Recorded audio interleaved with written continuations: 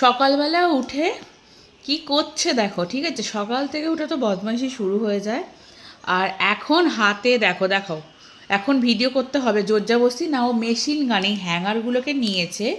আমি এই জামা কাপড়ের হ্যাঙ্গারগুলো বের করেছি রাখবো বলে, এগুলোকে নিয়েছে, নিয়ে বলছে কি এটা বাবা? ভালো করে বলো, পরিষ্কার করে। মেশিন গান, এটা হচ্ছে মেশিন গান। ওই সব দেখেছে, ওই বন্দুক মতো মেশিন গানগুলো যে হয়, ওগুলোকে দেখে এখন এইটাকে সেটার মতো করে খেলছে। বলো।